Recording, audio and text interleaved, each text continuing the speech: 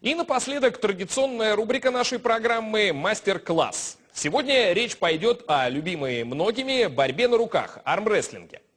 Как и в большинстве единоборств, в армрестлинге наверняка найдутся такие персонажи, которые, одержав всего лишь одну победу, уже считают себя большими мастерами, но на самом деле таковыми не являются. В итоге, как правильно готовиться, чтобы в поединке тебе не сломали руку, и какие хитрости есть у рукоборцев, Вадиму Белогину рассказали сильнейшие петербургские спортсмены. Что такое армрестлинг, мы попросили рассказать двух самых титулованных петербургских спортсменов, обладателя Кубка мира Дзамбулата Цареева и победителя международных турниров Сергея Патрикеева. И давайте сразу к делу. Армрестлинг – это борьба на руках, и техника ведения поединка у каждого своя. Любую возьми, там, вольную, еще какую-то классическую. Техник здесь не меньше, техник очень много, и поэтому я могу сказать, что на данный момент, наверное, нет ни одного спортсмена, который владел бы всеми техниками этого вида спорта. Нет здесь никаких хитростей, да?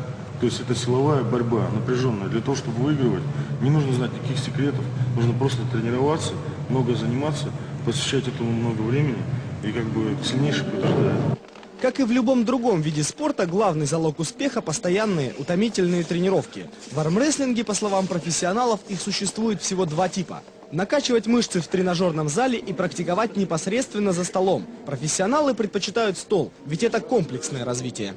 Все мышцы верхнего плечевого пояса, абсолютно все, включены в борьбе, то есть непосредственно включены. А посредственно еще включаются и низ, и ноги, и все подряд. То есть я не знаю такой мышцы, которая не напрягается, когда ты тяжело борешься. Если честно, ее, наверное, нету. Все напрягается, вплоть до пресса, ног там, и мышц лица. Пожалуй, самый известный фильм о рукоборцах «Изо всех сил» с Сильвестром Сталлоне в главной роли. В одном из эпизодов герой во время поединка ломает сопернику руку. Такое, кстати, происходит и не только в кино. Руки ломаются больше не от напряжений каких-то, а от того, что человек не подготовлен достаточно к тому, чтобы побороться.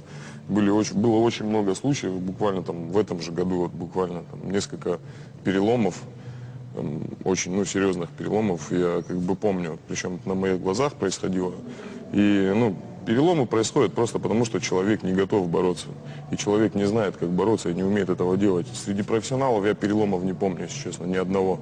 Бывают травмы, бывает какое-то там растяжение или еще что-то. А вот так, чтобы руку сломать, вот я не помню ни одного профессионала, который бы жестко поломал себе руку.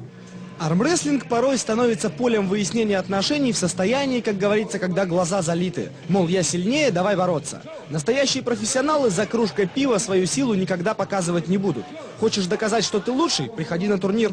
Были прецеденты, когда мы там отдыхали там, или еще что-то, и предлагались такие вещи. Но я как бы никогда не борюсь, потому что это неинтересно.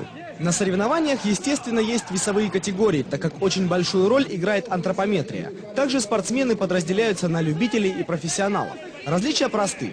Любители борются за титулы, профессионалы за деньги. Но профессионализм по отношению к делу присущ и тем, и другим. Профессионал на самом деле и отличается тем, что и называется он профессионалом, потому что каждому сопернику он готовится индивидуально. И могу сказать, что очень много неудобных соперников, очень много людей, у которых огромная рука там, или еще что-то, большая кисть, которую неудобно брать и все остальное. Но ты на то и профессионал, чтобы, зная сильные стороны своего соперника, не дать ему их применить или сделать так, чтобы ты оказался в этих сторонах сильнее, чем он. Понятно, что ведущие армрестлеры страны зарабатывают борьбой деньги, но несоизмеримо меньше, чем, например, в игровых видах. Соблазн большой, но личных ставок спортсмены на свои поединки не делают. Так, чтобы прям жить и все себе позволять, я думаю, что сейчас ни один спортсмен себе такого не может позволить. А вообще, в принципе, да, за это платят. Как бы платят, может быть, не так много, как в других видах спорта, но, то есть, факт есть факт, как бы, платят, да, и так, чтобы вот прям ни в чем себе не отказывать. Такого, конечно же, нет. Сейчас в Петербурге борьба на руках, скажем откровенно, широко известна в узких кругах. Люди, выплескивающие свои эмоции за столом для армрестлинга, организовали достаточно ограниченный, но ни для кого не закрытый круг. И увлечение свое вряд ли променяют на иное. Что мне это дает, почему я это делаю, что мне это нравится, и все. Я не знаю, почему футболисты играют в футбол там, во дворе, да, например. Почему боксер выходит на ринг получать по лицу?